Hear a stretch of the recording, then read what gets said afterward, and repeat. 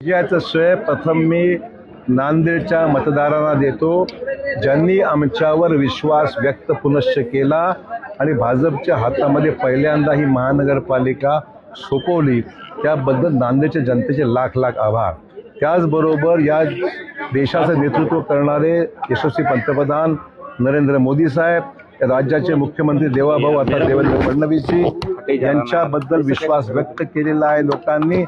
जरूर आमच्यावर विश्वास व्यक्त करत असताना माझे असंख्य कार्यकर्ते हे सुद्धा विजयासाठी तेवढेच इन्व्हॉल्व होते की त्यांनी मेहनत खूप घेतली, म्हणून त्यांचे मी आभार मानतो। युतीसाठी तुम्ही शिवसेनेला 8 ते 10 जागा देऊ केल्या होत्या, पण त्यांनी युती केली आणि आता तितक्या तुम्ही देऊ केल्या, कितक्या जागा आल्या? फक्त 4 आल्या। काय म्हणताय? तुम्ही जितक्या जागा देणार होता तितक्याच जागा आलेल्या आहेत। तितक्या जागा आल्या नाहीत, म्हणून त्यापेक्षा निम्मे आल्या, पण त्यांनी युती। आम्ही तर त्यांना सांगितलं होतं, ज्यावेळेस त्यांची चर्चा आमच्याशी सुरू होती त्यावेळेस DP सावंत होते, राजूरकर होते, आमचे चैतन्य बापू होते। आम्ही त्यांना सांगितलं होतं की मी 8 ते 10 जागा तुम्हाला निश्चित देऊ। ते करत असताना बरीच कसरत होती, परंतु आमच्या कार्यकर्त्यांना थोडंसं बाजूला सारून सुद्धा आम्ही द्यायला तयार होतो, पण त्यांनी आमचं ऐकलं नाही दुर्दैवाने। ठीक आहे, पण आपण पाहिलं युती झाली असती तर कदाचित त्यांनाही त्रास झाला नसता।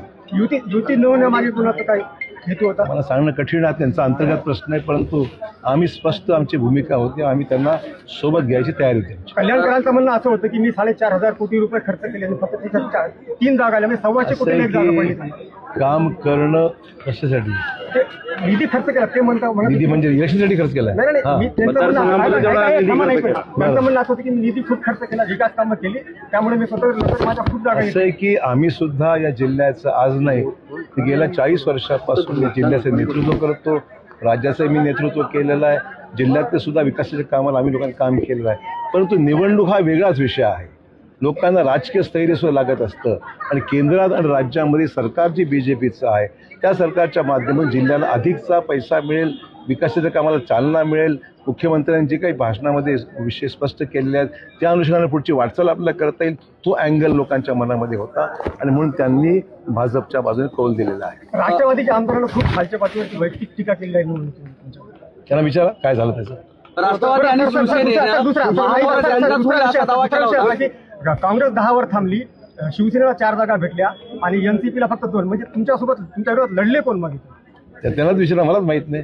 आम्ही तर जे आमच्या विरोधात ते आमच्या विरोधात, जे आमच्या विरोधात लढले ते आमच्या विरोधात, हीच आमची भूमिका आहे। ठीक असं आहे, काँग्रेसची स्पेस कोणीतरी घेणारच होतं। काँग्रेसच्या बद्दल ज्या लोकांना अपेक्षा होती काँग्रेस काही परफॉर्म करेल, हे लोकांना कळलं की काँग्रेस आता विरोधी पक्ष म्हणून सुद्धा ताकदीने उतरू शकत नाही। ह्याची ज्यावेळेस लोकांना प्रचिती आली त्यावेळेस त्यांनी पर्याय MIMला निवडलं, आज स्पष्ट म्हणावं लागेल। ज्या शिवसेनेनं आणि राष्ट्रवादीनं महापौर पदावर दावा केला होता त्यांना केवळ 4 आणि 1 जागा मिळालेली, राष्ट्रवादीला केवळ, हे कसं पाहतो? असं आहे की दावा करणं सोपं आहे, पण दावा करण्यात आपण विसरतो की तेवढं संख्याबळ आपल्याकडे आलं पाहिजे। आज आम्ही कधीही दावा कुठलाही अगोदर केलेला नाही, पण आज आमचं बहुमत असल्यामुळे निश्चित आमचा दावा राहणार आहे, कारण महापौर आमचाच झाला पाहिजे हीच आमची भूमिका आहे आणि त्यासाठी आमच्याकडे संख्याबळ आहे। आज लक्ष पुढचं काय आता? MIMची 14 सीट आले सर नांदेडमध्ये, 2012 मध्ये आले होते, 17 मध्ये संपली होती MIM, आता पुन्हा 14 सीट नांदेडमध्ये आले। असं आहे, मी तुम्हाला मगाशी स्पष्ट केलं की माइनॉरिटीज़ को ये भरोसा नहीं है कि कांग्रेस उनको समर्थन देकर उनका कुछ काम कर सकती है, ऐसा भरोसा लोगों को नहीं रहा। इसीलिए ने जो कांग्रेस की स्पेस थी वो MIM ने ले ली, और जो लगा था कि राष्ट्रवादी लेगी स्पेस, वो कुछ हुआ नहीं, राष्ट्रवादी को वोट नहीं मिले, वरना एक ही जगह जो आती है बड़ी मुश्किल से वो भी नहीं आती थी। तो लोगों को जो स्पेस दिखी उन्होंने पसंद किया MIM को। पुन्हा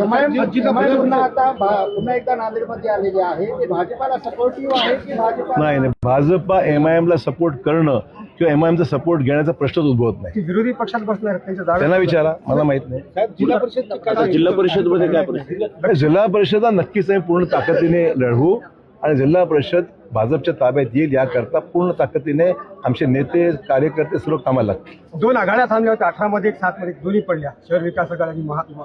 ठीक आहे, त्यांनी प्रयत्न केला त्या ठिकाणी आणि काँग्रेसने त्याला जवळ केलं नाही, म्हणून त्यांनी स्वतःच चुकवते, भाजपकडे यायचा प्रश्नच नव्हता। त्यांना आघाडी त्यांनी फक्त, तर काँग्रेसने तिकीट दिले असते कधी काँग्रेसने गेले असते ते, पण काँग्रेसने नाकारलं, मग त्यांना आघाडी उभा करावी लागली, पण यश आलं नाही त्यांना। ओके, धन्यवाद, थँक्यू।